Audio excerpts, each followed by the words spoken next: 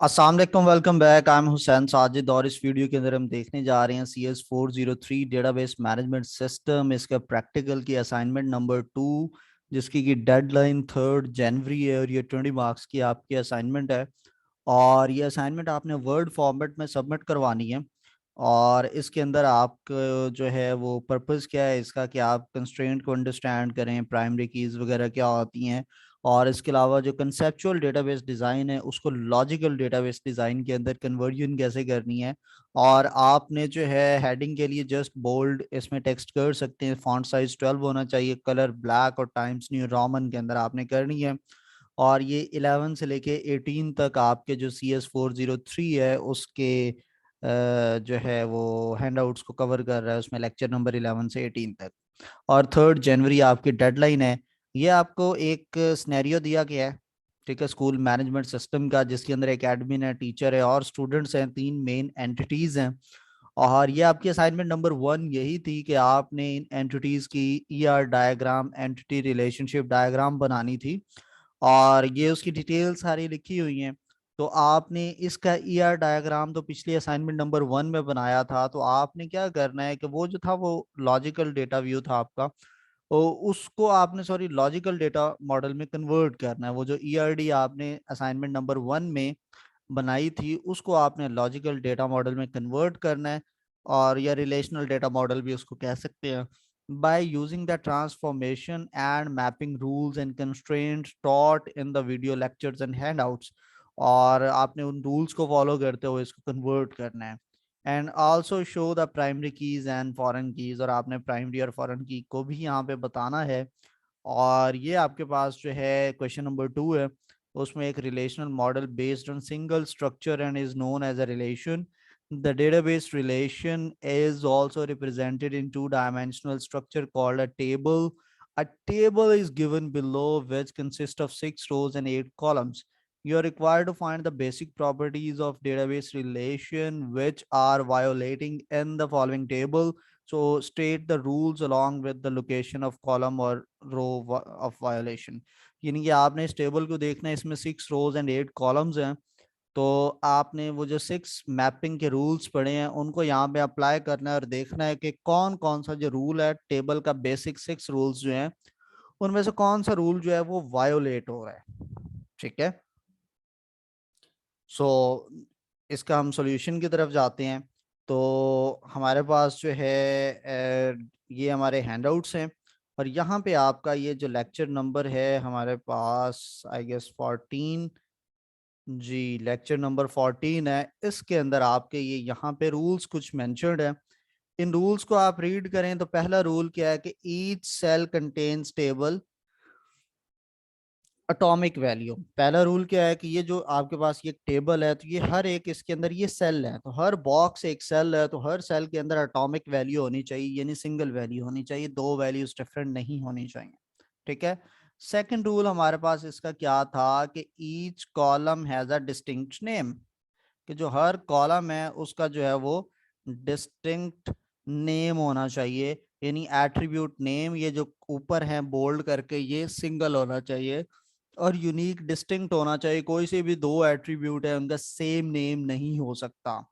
Next इसमें third rule हमारे पास क्या है कि the value of attribute comes from the same domain, यानी जो आपने एट्रीब्यूट की हेडिंग दी है वही नीचे वैल्यूज होनी चाहिए। फॉर एग्जांपल आपने ऊपर एक हेडिंग दी है नेम की, तो नीचे उसके अंदर तमाम रोज में आपने नेम्स ही एंटर करने, वहां पर आप ईमेल एड्रेस एंटर नहीं कर सकते।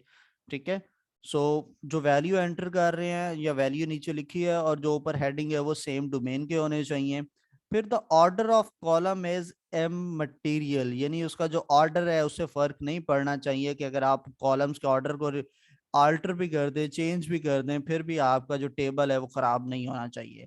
नेक्स्ट प्रॉपर्टी थी कि order of the rows is immaterial, के ऑर्डर ऑफ रो भी जो है वो भी डिपेंडेंट नहीं होना चाहिए, अगर आप रोज को ऊपर नीचे करते हैं तो कोई फर्क नहीं पड़ना चाहिए। फिर नो टू रोज और two records is distinct, each row जो डिस्टिंक्ट है सो नो टू रिकॉर्ड्स और रोज कैन बी सेम, यानी दो कोई सी भी रोज सिमिलर नहीं होनी चाहिए। ठीक है। तो ये हमारे पास 6 प्रॉपर्टीज गिवन है, तो ये आपने इम्प्लीमेंट करना है सेकंड वाले क्वेश्चन के ऊपर। ठीक है। तो आए सॉल्यूशन की तरफ चलते हैं। अगर आपने अभी तक मेरा यूट्यूब चैनल सब्सक्राइब नहीं किया तो youtube.com ओपन कीजिए और हुसैन साजिद सर्च कीजिए और चैनल को सब्सक्राइब कीजिए। अगर आप फेसबुक यूजर हैं तो same user name Hussain Sajid official को सर्च कीजिए और पेज को लाइक कीजिए। अगर आप इंस्टाग्राम यूजर हैं तो same user name Hussain Sajid official, इसका आप इंस्टाग्राम पे अकाउंट को फॉलो कीजिए। यहाँ पर भी जिस तरह यूट्यूब पे आपको काफ़ी ज़्यादा लर्निंग मटेरियल मिलता रहता है, यहाँ पे भी आईटी की कंप्यूटर साइंस से रिलेटेड जो है डिफरेंट पोस्ट्स में करता रहता हूँ अपने इस इंस्टाग्राम चैनल के ऊपर। और यहाँ पर एक पब्लिक व्हाट्सएप नंबर भी मेंशन है इंस्टाग्राम अकाउंट पर। तो अगर आपका कोई भी सवाल हो तो आप, या आपकी कोई भी असाइनमेंट आती है वर्चुअल यूनिवर्सिटी के प्लेटफॉर्म पे, तो आप मुझे इस व्हाट्सएप नंबर पे भेज दिया करें and I try my best कि मैं उसका जल्द से जल्द उसका सोल्यूशन जो है वो आपको फॉरवर्ड कर सकूं। So going back towards our topic, पहला हमारे पास ये क्वेश्चन है। तो आपने इसका, मैं ये अज्यूम कर रहा हूँ कि आपने इसका जो है क्वेश्चन नंबर 1 की जो ईआर डायग्राम है वो असाइनमेंट नंबर 1 में बनाई हुई है। तो हमने जस्ट उससे टेबल्स क्रिएट करने हैं, ठीक है। तो मैंने ये एक फाइल बनाई है, इसके अंदर ये देखें, ये ईआरडी डायग्राम है जो आपने लास्ट असाइनमेंट में बनाई है, ठीक है। मैं इसको थोड़ा सा जूम आउट करता हूँ। आप ये देखें, ये एडमिन है, ठीक है, और ये सारे इसके एट्रीब्यूट्स हैं। दूसरी एंटिटी हमारे पास ये टीचर है और ये सारे इसके एट्रीब्यूट्स हैं। तीसरी एंटिटी हमारे पास स्टूडेंट है और ये स्टूडेंट के सारे जो हैं वो एट्रीब्यूट्स मेंशन्ड हैं। तो इस ईआरडी डायग्राम को जो आपने असाइनमेंट नंबर 1 के अंदर बनाई हुई है, इसको आपने लेना है और इससे आपने बिल्कुल जिस तरह से कि ये सेकंड क्वेश्चन के अंदर एक टेबल बना हुआ था, आपने जस्ट टेबल्स कन्वर्ट करने हैं इसमें, ठीक है। और आपके हैंडआउट्स के अंदर इधर रूल्स भी मेंशन्ड है कि ये किस तरह से जो है ये कन्वर्जन हो रही है। तो आप इसके अंदर यहाँ पे अगर आप देखें तो यहाँ पे ये आपके पास ये कंस्ट्रेंट्स हैं, डिफरेंट कीज वगैरह हैं, ठीक है। इसके बारे में वो बात कर रहा है कि रेफरेंशियल इंटेग्रिटी कंस्ट्रेंट है, एंटिटी इंटेग्रिटी कंस्ट्रेंट, ये मल्टीपल टाइप के जो है आपके पास कंस्ट्रेंट्स की बात कर रहा है। तो इसको भी आपने इम्प्लीमेंट करना है इसके ऊपर, ठीक है। सो यहाँ से आप देख लीजिएगा, मैं इसका जो है एक सजेस्टेड सॉल्यूशन है ये, आप इसको पढ़िएगा। हो सकता है कि जो मैं ये सॉल्यूशन दे रहा हूँ ये एग्जैक्ट बिल्कुल उस तरह से ना हो, बट ये नियरेस्ट उसके है। सो मैं आपको एक आइडिया दे रहा हूँ कि इस असाइनमेंट को आपने सॉल्व कैसे करना है। बाकी आपने अपना नॉलेज यूज करना है, अपने नॉलेज की बेस पर आप इसका आंसर लिखिएगा, क्योंकि मार्क्स आपको मिलने हैं, मुझे नहीं। मैं जस्ट आपको एक आइडिया क्रिएट करके दे रहा हूँ कि ये किस तरह के टेबल्स बनेंगे। तो यहाँ पे देखें, तो सबसे पहले देखें तो ये एडमिन की एंटिटी है, तो एक टेबल हमारा एडमिन का बनेगा। इसके पास इसका डेजिग्नेशन है, फोन है, ईमेल है, एड्रेस है और इसका नेम है, ठीक है। तो मैंने ये जाकर एक एडमिन का टेबल बनाया और हर टेबल में आपने एक की तो रखनी ही होती है, ठीक है। तो एडमिन का टेबल है तो एडमिन के नाम से एक एडमिन आईडी, इसकी प्राइमरी की बनाई। बाकी ये वही एट्रीब्यूट्स हैं जो ऊपर मेंशन है, नेम, ईमेल, फोन, इसका एड्रेस और इसका डेजिग्नेशन, ठीक है। फिर दूसरी एंटिटी हमारे पास टीचर है, इसका भी क्या है, email, class, address, phone, subject, इसका नेम वगैरह। तो ये टीचर का हमने एक बना लिया, टीचर आईडी है, नेम, ईमेल, फोन, एड्रेस, ये इसके वो एट्रीब्यूट्स हैं। तो ये सारे एट्रीब्यूट्स इसके कॉलम्स की हेडिंग बनेंगे, ठीक है। और फिर इसमें एक रिलेशन भी है टीचर और एडमिन का, कि कौन सा एडमिन जो है वो इस टीचर को मैनेज कर रहा है। तो इसके लिए हम एक थर्ड एक टेबल बनाएंगे, क्योंकि वन टू मैनी का रिलेशनशिप है। तो एक एडमिन टीचर का टेबल बना, जिसके अंदर के इन दोनों टेबल्स का आपस में क्या रिलेशन है, ये दोनों एंटिटीज जो हैं वो एक दूसरे के साथ किस तरह से डील कर रही हैं, तो उसका आपने ये लिखा। तो इसके अंदर ये पहला इसका एडमिन टीचर आईडी, ये इसकी प्राइमरी की बन जाएगी इस वाले टेबल की। एडमिन आईडी जो है यहाँ पे फॉरेन की है जो कि एडमिन के टेबल की प्राइमरी की है। टीचर आईडी भी यहाँ पे एक फॉरेन की है जो कि टीचर के टेबल की प्राइमरी की है, ठीक है। फिर उसके बाद ये टीचर जो है उसके जो है वो क्लास और सब्जेक्ट मेंशन है। तो हम क्लास और सब्जेक्ट का सेपरेट टेबल पहले क्रिएट करेंगे। क्लास का टेबल होगा, उसमें क्लास आईडी होगी और क्लास नेम होगा। सब्जेक्ट का टीचर एक टेबल है, उसमें सब्जेक्ट आईडी उसकी प्राइमरी की है और सब्जेक्ट नेम जो है उसका एक एट्रीब्यूट उसका है, सब्जेक्ट का नेम है। सो जौन सा टीचर जिस भी सब्जेक्ट को पढ़ा रहा है तो उसके लिए एक सेपरेट टीचर सब्जेक्ट का टेबल बना। और इसमें teacher TS for teacher subject ID इसकी प्राइमरी की है इस वाले टेबल की। और जो टीचर आईडी है ये यहाँ पे क्या रिप्रेजेंट कर रहा है, ये प्राइमरी की है टीचर के टेबल की, और यहाँ पे ये as a foreign key use हो रहा है।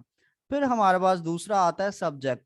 सब्जेक्ट के अंदर उसकी सब्जेक्ट आईडी वहां पे सब्जेक्ट के टेबल के अंदर जो है वो उसकी प्राइमरी की है। सो यहाँ पर वो क्या है, उसका as a foreign key use हो रही है आपके पास। ठीक है, नेक्स्ट हमारे पास टीचर और क्लास का भी रिलेशनशिप है।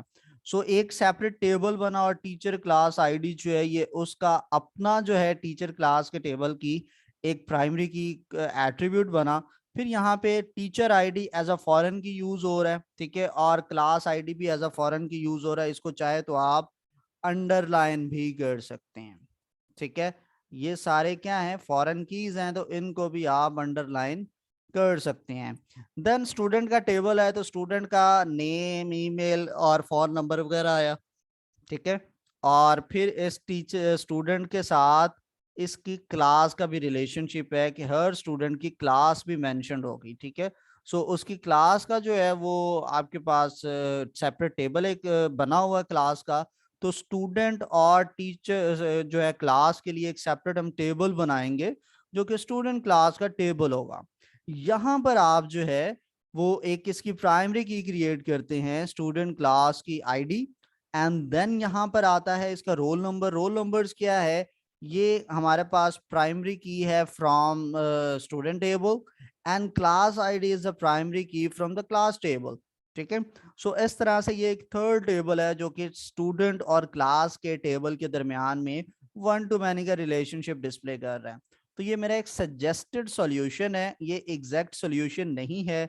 आपने सब्जेक्ट पढ़ा है, आपके अपने कॉन्सेप्ट्स होंगे, मैंने आपको आइडिया दे दिया है कि आपने इस असाइनमेंट का सॉल्यूशन कैसे बनाना है।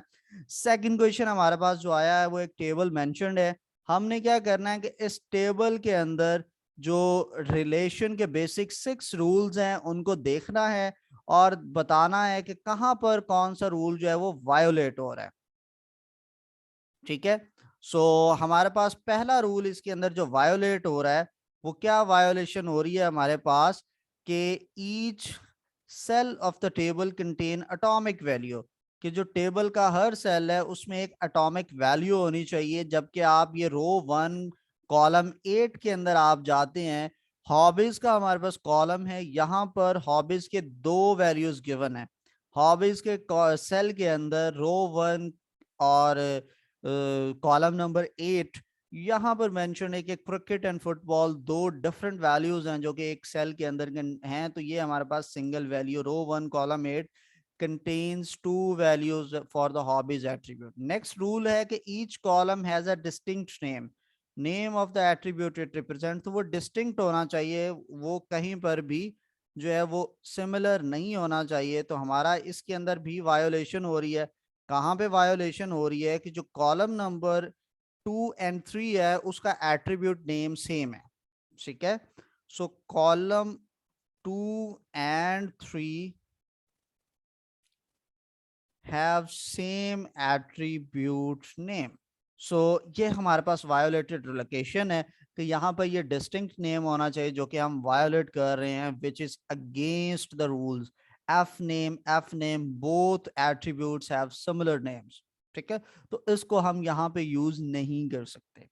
नेक्स्ट हमारे पास क्या आता है कि नेक्स्ट हमारा रूल जो है वो है कि each value in the attribute comes from the same domain, कि हर जो एट्रीब्यूट है उसके नीचे जो वैल्यूज हैं वो सेम डोमेन से होनी चाहिए। और यहाँ पर अगर आप देखें कि ये जो जेंडर का एट्रीब्यूट है, इस जेंडर वाले कॉलम के अंदर सारी वैल्यूज तो जेंडर से रिलेटेड है, लेकिन यहाँ पे कराची लिखा हुआ है, कराची कोई भी जेंडर नहीं होता। सो कराची का डोमेन डिफरेंट है और जेंडर 2 डिफरेंट चीजें हैं, तो ये हमारे रूल्स की वायोलेशन हो रही है।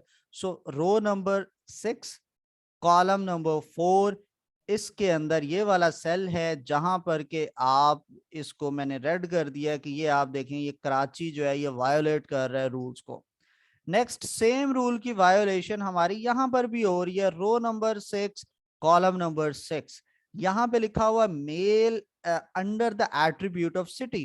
तो मेल नाम का कोई भी सिटी दुनिया में एग्जिस्ट नहीं करता कहीं पर भी, तो ये रूल्स की वायोलेशन है।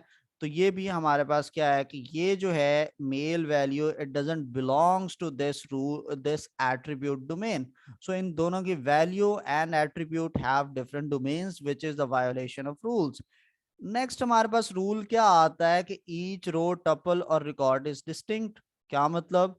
No two rows can be same, कोई सी भी दो रो सेम नहीं हो सकती, जबकि row number 3 and 4 are same which is violation of rules, कि हमारे पास कोई भी दो रोज सिमिलर नहीं होने चाहिए। लेकिन यहाँ पे आप इन दो रोज को देखें तो ये टोटली इंटायरली हमारे पास सेम है। 003 003, Hina Hina, Rashid Rashid, female female, date of birth भी सेम है, सिटी भी सेम है, डिग्री भी सेम है, एंड हॉबीज भी सिमिलर हैं।